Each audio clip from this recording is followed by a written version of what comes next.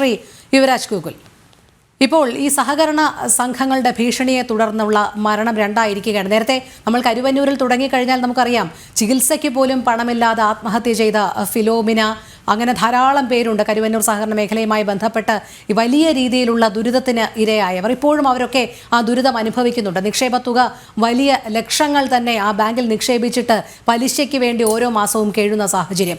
ഇപ്പോൾ ഇതെല്ലാം മാറിക്കഴിഞ്ഞിട്ട് ജീവന് തന്നെ ഭീഷണിയാകുന്ന ഒരു സാഹചര്യത്തിലേക്ക് എത്തി നിൽക്കുകയാണ്. യഥാർത്ഥ പ്രതികൾ പിടിയിലാകുന്നില്ല എന്നുള്ളതാണ്. ഉദ്യോഗസ്ഥ തലത്തിൽ മാത്രം ചെറിയ ചില സസ്പെൻഷനുകളും പോലീസ് അന്വേഷണവും ഒക്കെയായി പോകുന്നു. പ്രാദേശിക നേതാക്കൾ ഇപ്പോഴും അങ്ങനെ സ്വൈരവിഹാരം നടത്തുകയാണ്. അല്ല, ഞാൻ ശ്രീ ബൽദേവ് സച്ചിദാനന്ദം പറഞ്ഞതിൻ്റെ തുടർച്ചയായിട്ട് അദ്ദേഹത്തോട് യോജിച്ചുകൊണ്ട് തന്നെ ഞാൻ മുമ്പോട്ട് പോവുകയാണ്. മറ്റൊന്നുമല്ല, അദ്ദേഹം പറഞ്ഞതുപോലെ തന്നെ ഈ പറയുന്ന ഒരു ബാങ്കിങ് പ്രസ്ഥാനം നടത്തുന്ന സമയത്ത് ആ ബാങ്കുകളിൽ രണ്ട് തരത്തിൽ ആ ബാങ്കുകൾ പൊളിയുവാനും ബാങ്ക് മുമ്പോട്ട് പോകാനും ഒക്കെ ഉള്ള സാഹചര്യമുണ്ട്.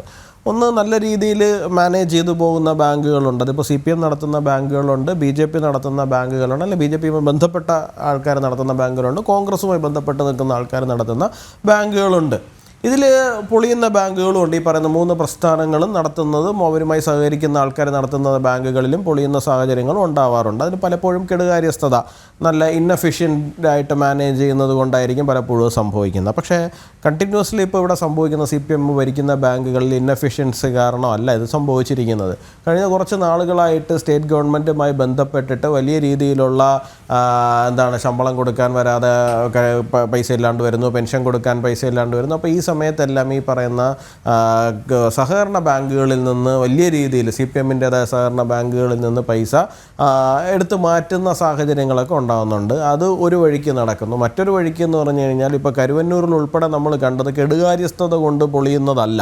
ഈ കെടുകാര്യസ്ഥത കൊണ്ട് പൊളിയുന്നതും ബാങ്കിനെ കൊള്ളയടിക്കുന്നതും രണ്ടും രണ്ടാണ്. അപ്പോൾ അവിടെ അവരുടെ സംഘടിതമായ ശക്തി ഉപയോഗിക്കുകയും അവർ വലിയ രീതിയിൽ അവിടെ അഴിമതി നടത്തി അവർ ചെക്കൊപ്പിട്ടെടുക്കുന്നു, ഇല്ലാത്ത ആൾക്കാരുടെ പേരിൽ ലോൺ കൊടുക്കുന്നു. അപ്പോൾ ഇത്തരത്തിൽ ഏതൊക്കെ ബാങ്കുകളിൽ സംഭവിച്ചിട്ടുണ്ട് നമ്മൾ നോക്കണം. വളരെ കുറവാണ് മറ്റുള്ള. ഇപ്പോൾ CPM അവരുടെ ഭരണത്തിൻ്റെ തണലിൽ നിന്നുകൊണ്ട് ഇത് ചെയ്യാൻ ശ്രമിക്കുന്നതാണ് ഇവിടെ പ്രശ്നം എന്ന് പറയുന്നത്. അതുമാത്രമല്ല, നിക്ഷേപകർ തിരിച്ച് പൈസ ചോദിക്കാൻ വരുന്ന സമയത്ത് അവരെ ഭീഷണിപ്പെടുത്തുവാൻ വേണ്ടിയിട്ട് നിലവിൽ കോൺഗ്രസ്സുകാർക്കോ BJPക്കാർക്കോ ആർക്കും തന്നെ സാധിക്കുമെന്ന് തോന്നുന്നില്ല. അവിടെ ചെന്ന് ചോദിച്ചു കഴിഞ്ഞാൽ അവർ തിരിച്ച് എങ്ങനെയെങ്കിലുമൊക്കെ പറഞ്ഞ് അഡ്ജസ്റ്റ് ചെയ്ത് ഈ പറയുന്ന നിക്ഷേപകരോട്, അഥവാ പൊളിഞ്ഞുപോയ ബാങ്ക് ആണെങ്കിൽ പോലും അവരുടെ കയ്യും കാലുമൊക്കെ പിടിച്ച് തിരിച്ച് പറഞ്ഞു വിടുക എന്ന് പറയുന്ന ഒരു സമീപനം മാത്രമാണ് മറ്റുള്ളവർക്ക് സ്വീകരിക്കാൻ സാധിക്കുന്നത്. പക്ഷേ നിന്നെ ഞാൻ കാണിച്ചു തരാം, നിനക്ക് പണി എന്താണെന്ന് അറിയില്ല, നിനക്ക് ഞാൻ പണി തരാം എന്നൊക്കെ പറയുന്ന തലത്തിലുള്ള സംഭാഷണങ്ങൾ ഉണ്ടാകുന്നത് CPMൻ്റെ സഹകരണ സംഘങ്ങളിൽ നിന്നും CPMൻ്റെ പ്രാദേശികമായ നേതാക്കളിൽ നിന്നും മാത്രമാണ്. അപ്പോൾ അത് ഒന്ന്, CPMൻ്റെ സഹജമായിട്ടുള്ള ഈ പറയുന്ന ഒരു ഗുണ്ടായസ സ്വഭാവം അവർ താഴെത്തട്ടിൽ കാണിക്കുന്നുണ്ട്. രണ്ട്, ഭരണത്തിൻ്റെ തണലിൽ നിന്നുകൊണ്ട് അവർ കാണിക്കുന്നു എന്നുള്ളതാണ്. ഇപ്പോൾ ഈ ആത്മഹത്യ ചെയ്തിരിക്കുന്ന പെൺകുട്ടി, ആ വീട്ടമ്മ, അവരുടെ കേസ് വ്യത്യസ്തമാണ്. നിക്ഷേപകയല്ല, ലോൺ എടുത്ത ആളാണ്. തിരിച്ചു പോയിട്ട് അവരുടെ വീട് ജപ്തിയാവുന്നു എന്നുള്ള സാഹചര്യം വരുന്നു. അവർ വലിയൊരു ഭീഷണി നേരിടുന്നു. ആ ഭീഷണിയെ തുടർന്ന് ആത്മഹത്യ ചെയ്യുന്നത്. നോക്കൂ, ഈ പറയുന്ന സഹകരണ സംഘങ്ങൾ നിലനിന്ന് പോകുന്നത് അവരുടെ വരുമാനം എവിടെ നിന്നാണ്?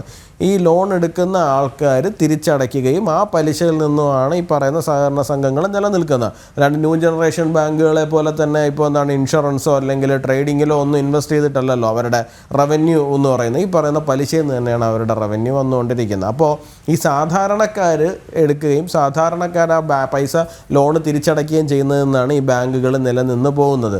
ഒരു വശത്ത് CPMൻ്റെ കരുവന്നൂരിൽ ഉൾപ്പെടെയുള്ള ഉദാഹരണങ്ങൾ നമ്മൾ കാണുന്നുണ്ട്. അവർക്കെതിരെയൊക്കെ വളരെ സോഫ്റ്റ് ഹാൻഡായിട്ട് ഡീൽ ചെയ്യുകയും ഈവൻ സംസ്ഥാന സർക്കാർ തന്നെ പറ്റിയാൽ അതിനെ റീപേ ചെയ്യാനുള്ള ഗവൺമെൻറ്റിൻ്റെ എക്സ്ചക്കറിൽ തന്നെ എടുത്ത് റീപേ ചെയ്യാമെന്നുള്ള ആലോചന വരെ ഒരു ഘട്ടത്തിൽ പോകുന്ന സമയത്താണ് ഇവിടെയുള്ള സാധാരണക്കാർ ഇത്തരത്തിലുള്ള ഭീഷണികൾ നേരിടുന്ന സാഹചര്യം ഉണ്ടാകുന്നത്. ഇനി ശ്രീ ബൽദേവ് സച്ചിദാനന്ദം പറഞ്ഞു അവർ ജപ്തി ചെയ്യുമെന്ന് പറഞ്ഞ്, ഭീഷണി എന്ന് പറയുന്നത് ജപ്തിയാണെന്ന് പറയുന്നത്.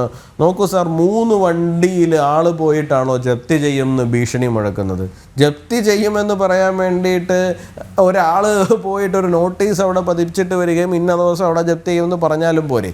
അതല്ലേ ഏറ്റവും മാന്യമായിട്ടുള്ള ലീഗലായിട്ടുള്ള ഭീഷണി എന്ന് പറയുന്നത്.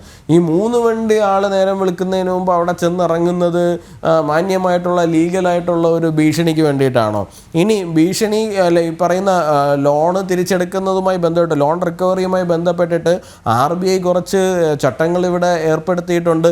നമ്മൾ ഈ ന്യൂ ജനറേഷൻ ബാങ്കുകൾ ഇപ്പോൾ HDFC ആവട്ടെ, ICICI ആവട്ടെ, അല്ലെങ്കിൽ മറ്റെന്തെങ്കിലുമൊക്കെ ആവട്ടെ, ലോൺ റിക്കവറിക്ക് വേണ്ടിയിട്ട് ഈ ഏജൻസിനെ ഏൽപ്പിക്കുമ്പോൾ അവർ പോയി ഭീഷണിപ്പെടുത്തുന്നതിനെ കുറിച്ചിട്ട് സംസ്ഥാന സർക്കാരിന് എന്തായിരുന്നു നിലപാട്?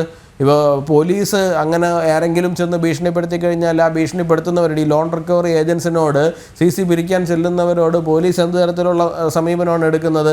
അവരുടെ കോള് വരെ റെക്കോർഡഡ് ആയിരിക്കണം എന്നുള്ളതാണ്. കാരണം ഭീഷണിപ്പെടുത്തുന്നില്ല എന്നുള്ളത് ഉറപ്പുവരുത്താൻ വേണ്ടിയാണ്. കോള് വരെ റെക്കോർഡഡ് ആയിരിക്കണം എന്നുള്ളതാണ് അവരോട് പറഞ്ഞ് റെസ്പെക്ട്ഫുൾ കണ്ടക്ട് എന്നാണ് പറഞ്ഞിരിക്കുന്നത്. Agents must avoid any form of intimidation, ഭീഷണി ഉണ്ടാകാൻ പാടില്ല, ഹറാസ്മെൻറ്റ് ഉണ്ടാകാൻ പാടില്ല, ഓർ ഇൻവേഷൻ ഓഫ് പ്രൈവസി, അവരുടെ പ്രൈവസിയെ ബ്രീച്ച് ചെയ്യുന്ന തലത്തിലേക്ക് കയറി ചെന്നിട്ട് അവരുടെ വീട്ടിൽ കയറി ചെന്ന് വേറൊരു തലത്തിലുള്ള ഇടപെടലുകൾ ഉണ്ടാകരുതെന്നാണ്. ഇവിടെ 3 വണ്ടിയിൽ ആള് പോയിട്ട് വീട്ടിൽ ഭർത്താവില്ലാത്ത സമയത്ത് ഒരു സ്ത്രീയെ വിളിച്ചിറക്കി നിർത്തി ഭീഷണിപ്പെടുത്തുന്നത് ഏത് തരത്തിലാണ് ഈ പറയുന്ന ചട്ടങ്ങൾക്കകത്ത് നിന്നുകൊണ്ടുള്ള പ്രവർത്തനമാകുന്നത്?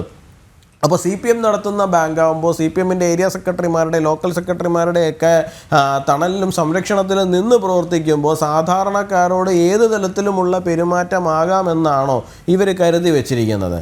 അപ്പോൾ തീർച്ചയായിട്ടും അത്തരം കാര്യങ്ങൾ ഈ പറയുന്ന ആത്മഹത്യകളിലേക്ക് തന്നെ പോയി നിൽക്കുകയാണ്. ഇപ്പോൾ കഴിഞ്ഞ ഒരു 3-4 മാസം എടുത്തു കഴിഞ്ഞാൽ, കഴിഞ്ഞ 1 വർഷം എടുത്തു കഴിഞ്ഞാൽ CPM കാരണം ആത്മഹത്യ ചെയ്ത മനുഷ്യരുടെ എണ്ണം എത്രയാണെന്ന് നമ്മൾ നോക്കി നോക്കണം. CPM കാരണം ആത്മഹത്യ ചെയ്യുന്നത് ഇപ്പോൾ കരുവന്നൂരിലായാലും ശരി തന്നെയാണ്, കഴിഞ്ഞ ദിവസം കട്ടപ്പനയിലായാലും ശരി തന്നെയാണ്, ഇപ്പോൾ അതേ വീണ്ടും ഈ പറയുന്ന ബാങ്കിലായിരുന്നാലും ശരി തന്നെയാണ്. ഇത് 1 ആയിക്കോട്ടെ, 2 ആയിക്കോട്ടെ, 3 ആയിക്കോട്ടെ, അല്ലെങ്കിൽ അതിന് മുകളിലോട്ടായിക്കോട്ടെ, എന്താണ് ഈ നാട്ടിൽ സംഭവിച്ചുകൊണ്ടിരിക്കുന്നത്? ജനങ്ങളുടെ ജീവനും സ്വത്തിനും സംരക്ഷണം നൽകാൻ വേണ്ടിയിട്ടല്ലേ ഒരു സംസ്ഥാന സർക്കാരിനെ തിരഞ്ഞെടുക്കുന്നു, ആ സംസ്ഥാന സർക്കാർ നാട് ഭരിക്കുന്നതും.